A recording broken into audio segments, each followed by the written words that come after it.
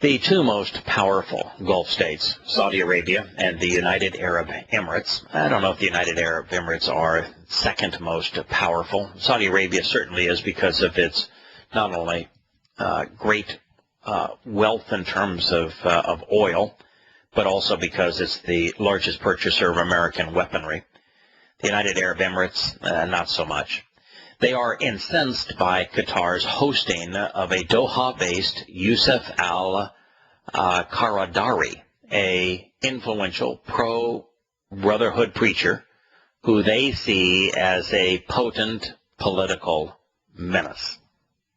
They're also furious about Qatar's use of its Al Jazeera broadcaster and Qatari television to promote brotherhood views, critical of other Gulf Arab states, and Al Jazeera's airtime for groups with al-Qaeda ties in Syria. Well, the fact is that if you're a rebel in Syria, you are a fundamentalist Muslim. You are a jihadist. And since Qatar thought that it would be appropriate to depose Muammar Gaddafi in Libya, but not appropriate for him to depose himself in Qatar, what's the difference between the monarchy in Saudi Arabia, the emir in Kuwait, and Muammar Gaddafi in Libya? Really, what's the difference? If you're going to say that Assad, as the king of Syria, has no legitimacy, why would the Saud royal family have legitimacy in Arabia? And it's that problem that the rest of the Gulf Arab states are saying, well, wait a minute, we're all a house of cards. We're all glass houses here. What on earth are you doing with this approach? Whether it be Al Jazeera or with your importing weapons to weaponize protest to overthrow governments. Now, at a time when Sunni militants are resurgent in the Middle East and Northern Africa, and thousands of foreigners are fighting with al-Qaeda-aligned groups in Syria, actually they're just fighting with fundamentalist Islamic groups in Syria, many Gulf Arab officials perceive Qatar's continued support of Islamists as reckless. But they are all Islamists. Every monarch, every emir, every dictator, every potentate throughout the Islamic Middle East are Islamic. They all are. There's not an exception. Those that were a bit secular are either gone, as is Saddam Hussein, in the process of going, Assad, or gone completely, as is the case of Muammar Gaddafi. Qatar, a U.S. ally, is signaling defiance. Quote, the independence of Qatar's foreign policy is simply not negotiable, Foreign Minister Khalid al-Attiyah said in a speech in Paris this month. I think what he really ought to have said is the hypocrisy of Qatar's foreign policy is not negotiable. It's not rational either.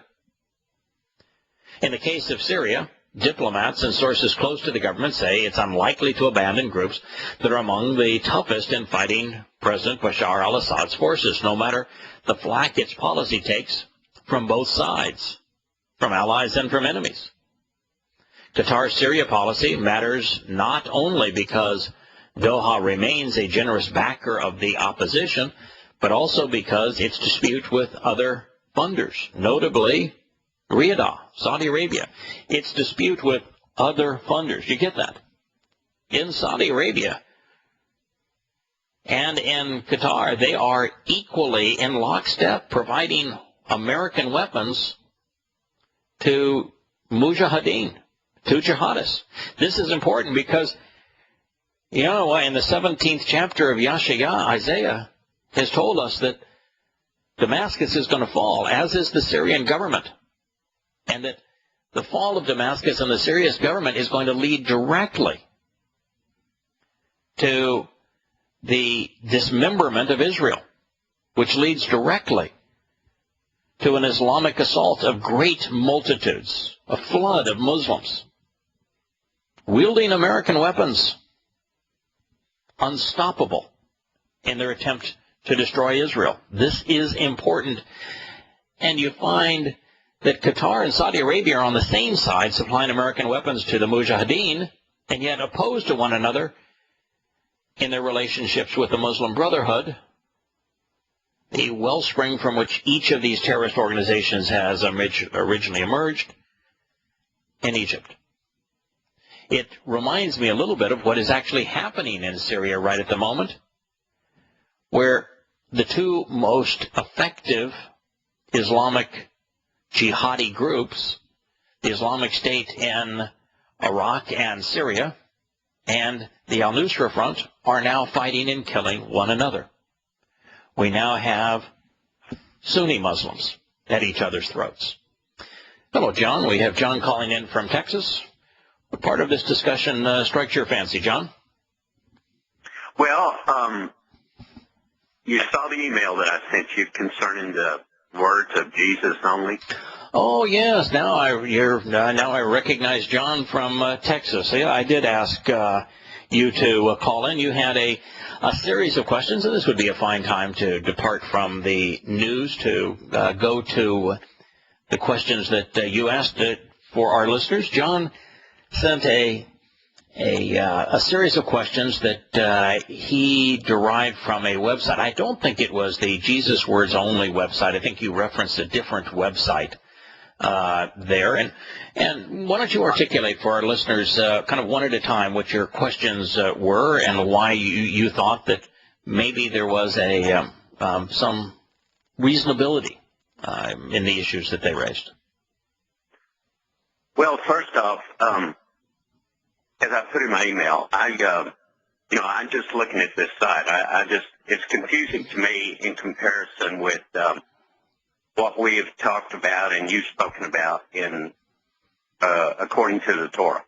And so, where most arguments will try to say that the law is done away with, this guy and this side in particular, he says that and now I'm using his words, Jesus came to fulfill the law, meaning that it was not perfect, but he filled it up, that he completed it.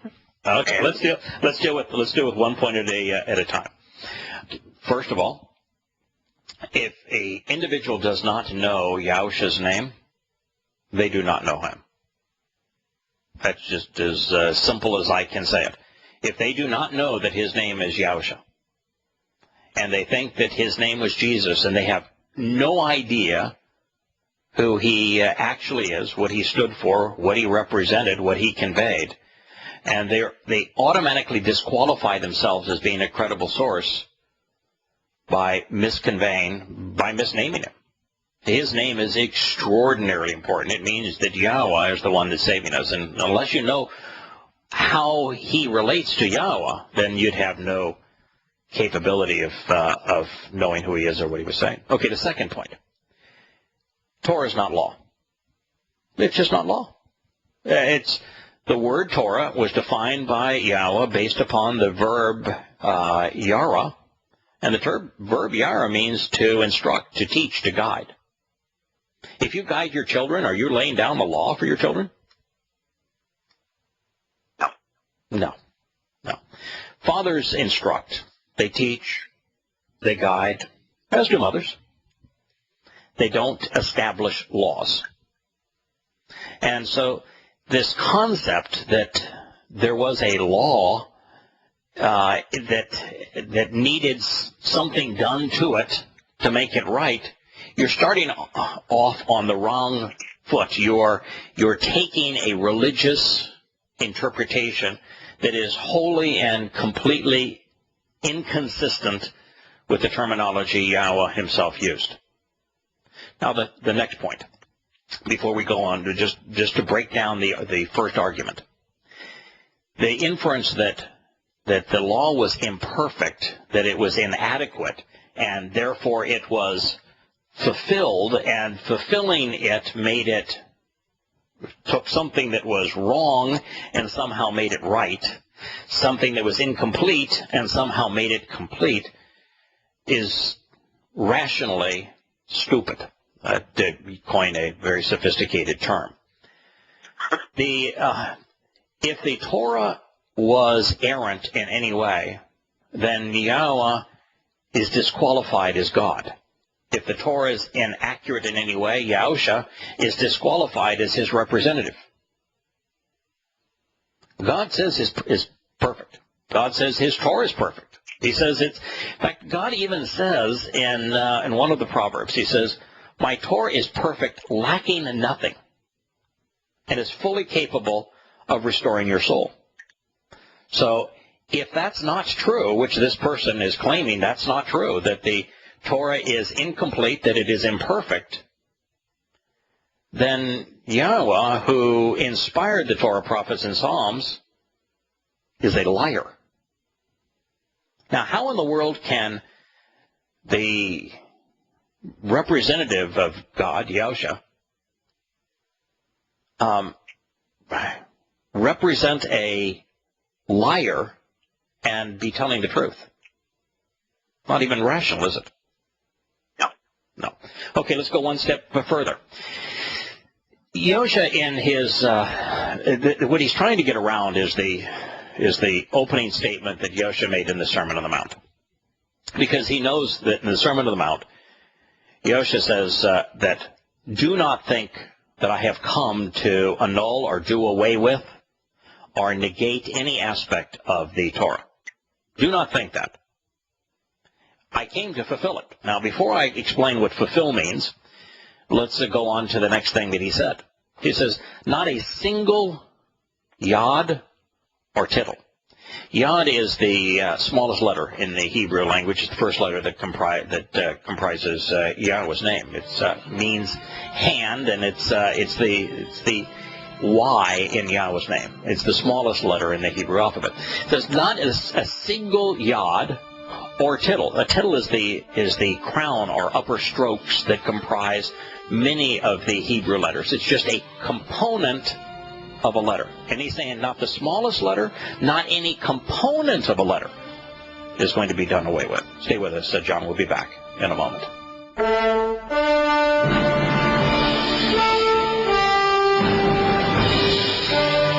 Welcome back to Shattering Myths. We're having a conversation with John in Texas, who is writing and calling about some concerns about the role of the Torah and what Yahusha said and did relative to the Torah.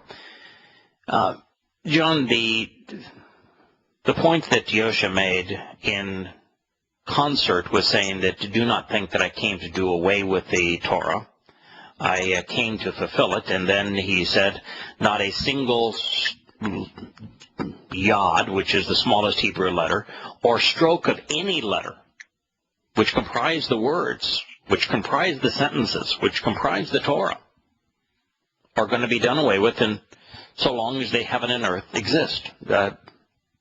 John, I'm looking out my window. It looks to me like the earth's still here.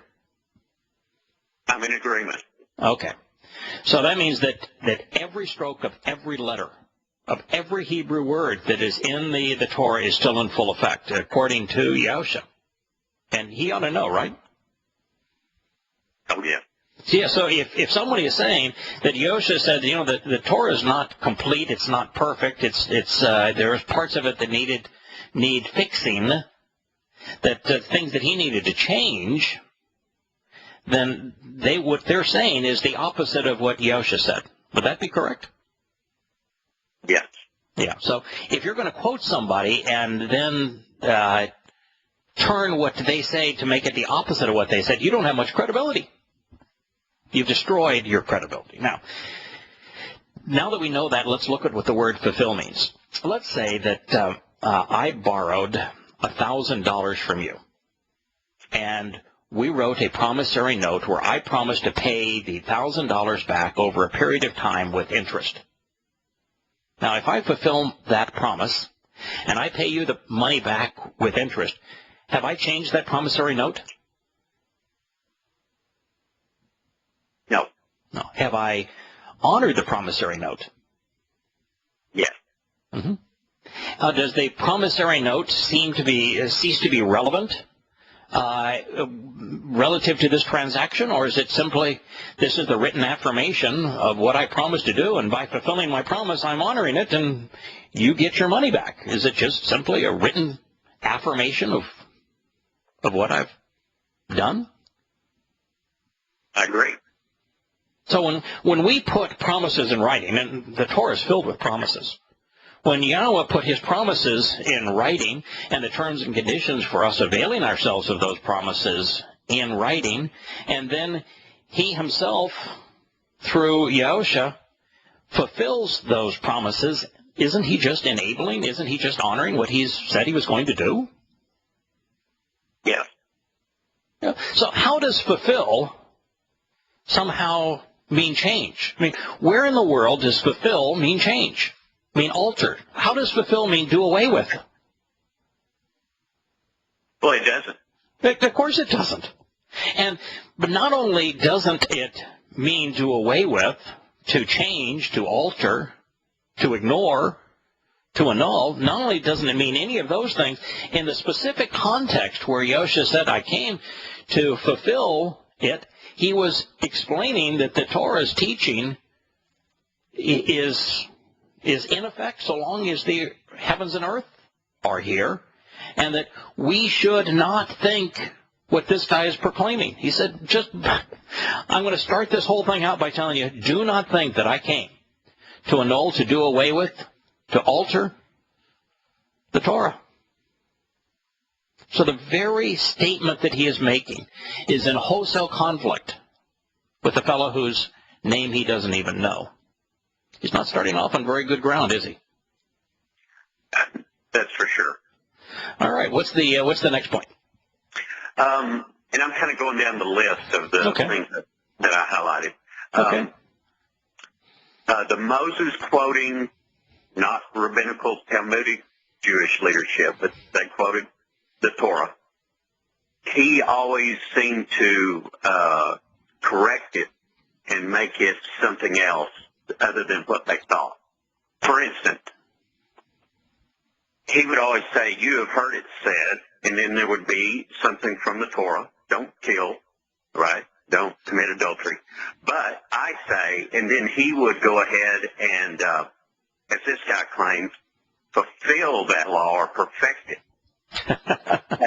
Yeah. Well, first of all, there's a couple examples in the Beatitudes, and which is the very beginning of the Sermon on the Mount. He said, "You have heard it said." If you actually take the time to understand what he said, he's not quoting the Torah. He's actually quoting, and there's three of them, and one of each of them represents a misinterpretation of God's instruction, one by the Sadducees, one by the Pharisees, and one by the Essenes. And he takes them systematically. It's one of the more interesting studies that we can do in the Dead Sea Scrolls, is to understand the mindset of these three religious sects and how he was attacking them. We'll be back in a moment.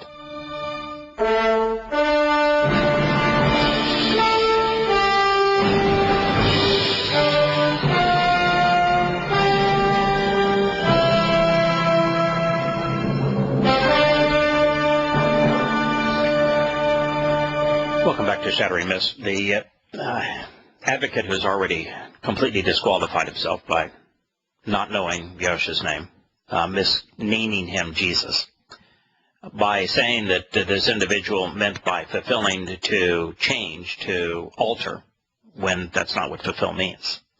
By taking the fulfill concept out of the context of Yahushua's declaration of how we ought not think that he came to alter, annul, change, abrogate the Torah, but instead to fulfill it, and that not a single stroke of a single letter that comprises the Torah is going to be done away with so long as the heavens and earth exist. Now uses the argument that but I say, you have heard it read, you have heard it said, but I say, as a proof that he was into changing things. Well, there are a number of arguments against that. First of all, this is the only place where he uses that phraseology, and every place else he simply quotes what's in the Torah. He quotes from the Torah more often than any other book. He answers questions based upon what's in the Torah. Someone will ask him a question and says, well, what did the Torah say? So he certainly cannot be suggesting in this particular context, John, that he is changing the Torah when he just, in a matter of sentences, I mean, the next thing out of his mouth after you have heard, but I say, is don't think that I've come to change the Torah. Don't come to think that I have annulled it. Every letter is going to stay in full effect. So if he meant that I'm here to change it, then he would have immediately contradicted himself and proven that he wasn't worthy of citing. Wouldn't that be true? I would say, yeah, that's what I would say. Yeah. So there's a different reason that he has made the distinction, for example, between committing adultery and your attitude towards women, right? Against false witness versus your attitude and making a statement. And I dare say what he's talking about here is attitudinal. It's the single most important part of a relationship. It's our attitude towards Yahowah is more important than anything else.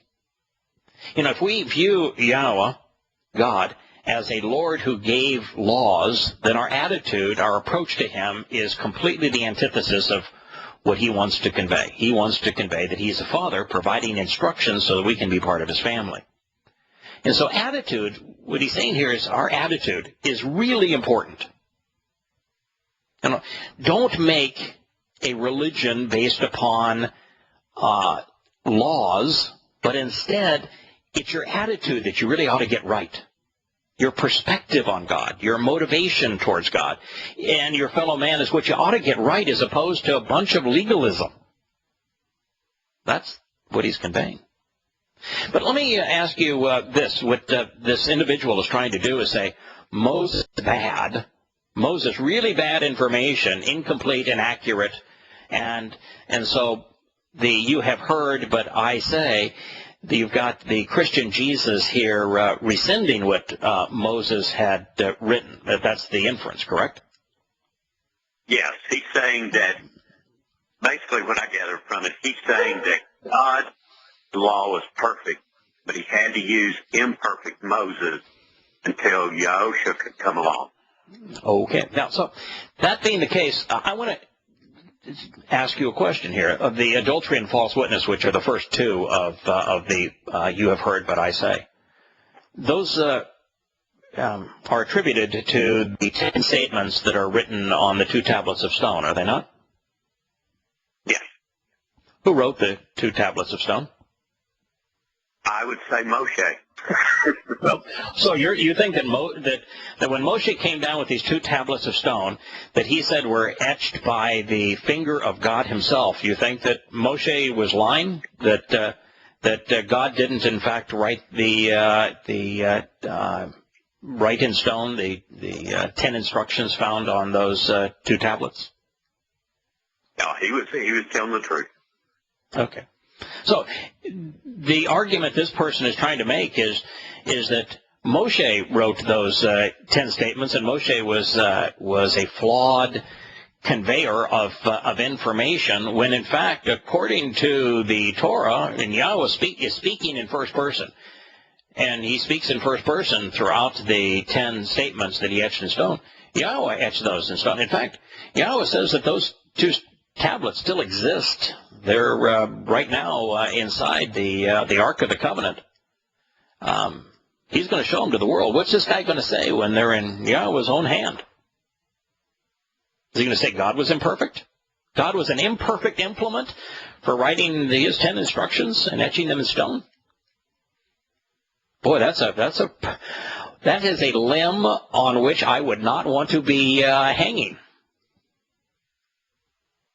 That's to say that God himself is incapable of communicating accurately and of articulating a fair and reasonable program to us. That's what they are saying. Now, I'm going to agree that Moshe was a flawed implement. So am I. Man, if it wasn't for flawed implements, none of us would be able to work with God, because flawed implements is all he has to work with. And Yahowah seems to like working with flawed implements more than he likes working with those who claim to have all the answers. And it's because as flawed implements, we realize our limitations. Moshe realized his limitations. There is very little of the Torah that comes from Moshe. I mean, the Torah, Yahowah either speaks in first person, or you have Moshe helping the listeners understand what God had said. And so the Torah through the first 4 books is all God speaking through him in first person. And Moshe wasn't the only one, by the way, that was up there on the top of the mountain for 40 days listening to God dictate his Torah. As a matter of fact, even when Moshe came down with the 2 tablets, God himself, in his own voice, conveyed his Torah that Moshe had written down before all of the children of Israel. But the only thing that's in addition to that is Devarim, which has been corrupted to Deuteronomy. Moshe is doing essentially what I do in all of the books that are available, yadayah.com, introductiontogod.org, introtogod.org, yadayah.com. What I will do is say, this is what God said. And if you think about every word, if you analyze every word, if you put this in the context of other things that God has told us, this is a way for you to look at this and have a more complete understanding of it. It's a explanation of the testimony of God. Now, does God's testimony need our explanation? No. You can read what Yahowah had to say, and you're fully capable of understanding it. He's a very effective communicator.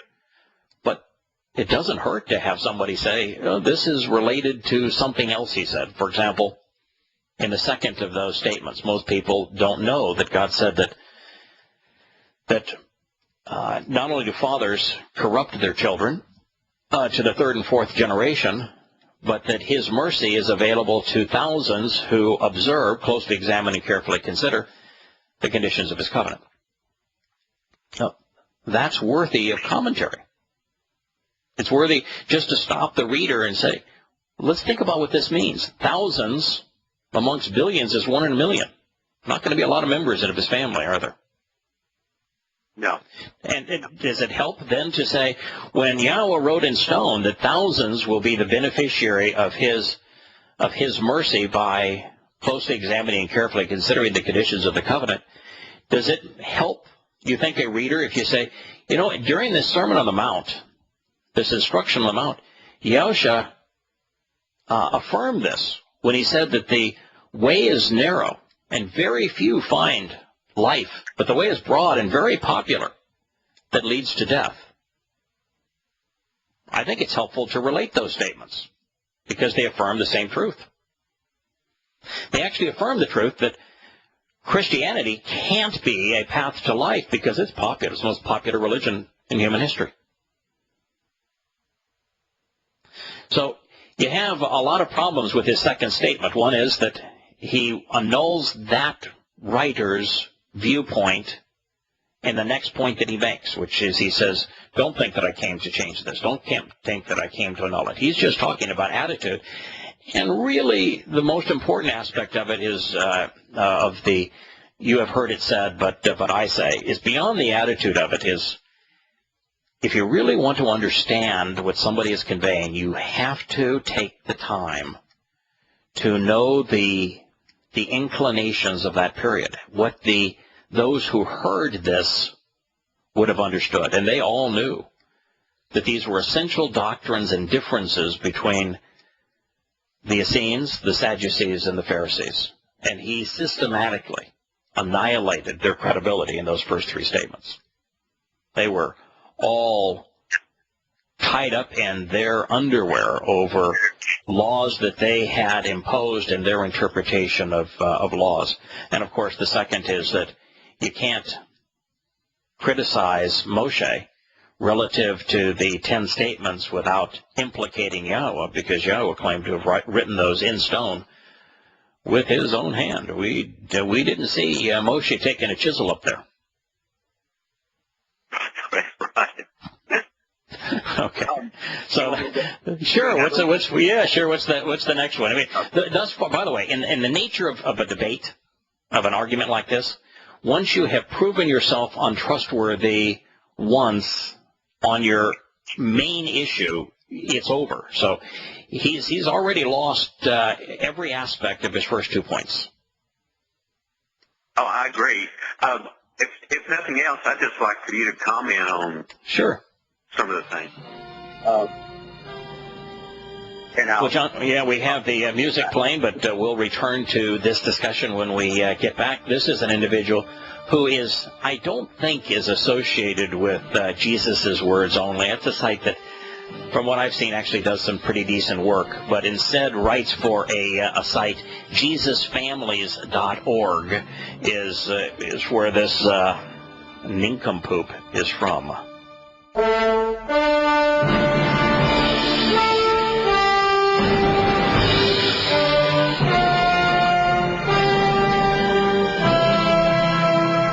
Welcome back to Shattering Myths. We're having a conversation with John, who's called in from Hawaii, who had some questions regarding statements that a fellow writing for JesusFamilies.org had to say about the mythical person known as Jesus somehow annulling and doing away with, perfecting, whatever it may be, the law. Even though there is no law, there is a Torah, but there is no law. And everything he has said thus far has been contradicted by both Yahowah, who happens to be God, and Yosha, who is the diminished manifestation of Yahowah. Let's try one more, John. What else did they have to say? Well, that the Jewish leadership, which claimed, quoted the Torah, not that they weren't rabbinical or Talmudic, maybe they were as well, but he told them they searched the scriptures because they thought in them they had eternal life. Wait a minute. I mean, so this person is so out of touch with reality that he is of the conviction that the rabbinical types did not have an oral law, that they didn't have the Talmud, that they didn't rely on their own arguments, that is that what he's trying to say? Is that God was opposed to the Pharisees and the Sadducees and the scribes for reading the Torah as opposed to their love affair with their own religious documents? Is that the argument? I think he's saying that they were searching the Torah. Yeah, no, they weren't.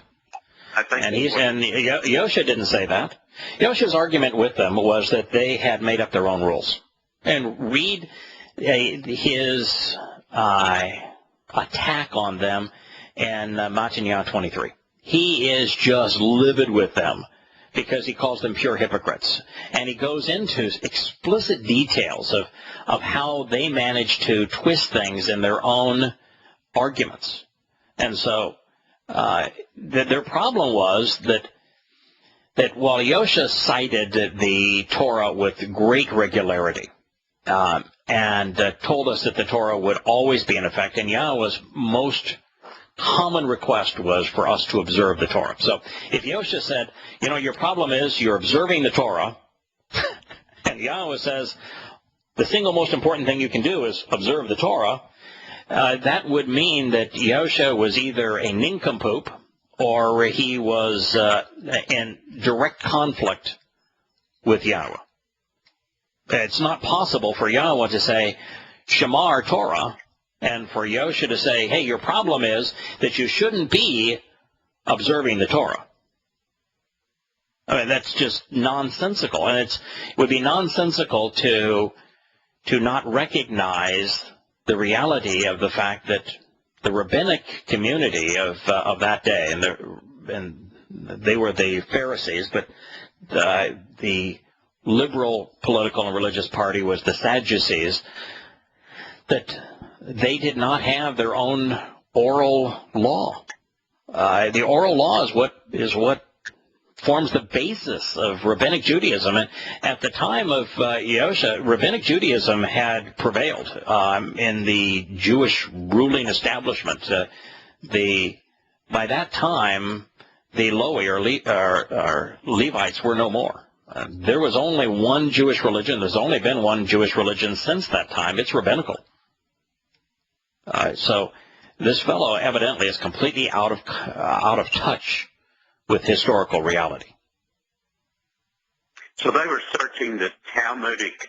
Oh, of course, that's what they do now. Go and have a discussion with any rabbi. They will almost never cite the Torah. They always cite the Talmud. And when a rabbi studies, they study the Talmud. They study the Mishnah. Always has been. A religious Jew is not Torah observant. They're Talmud observant. They're Mishnah observant. That's just the reality of it. It has been for 2,000 years. And for someone not to know that and to make a statement otherwise is just inexcusable, to be that unfamiliar with reality and yet present oneself as an expert.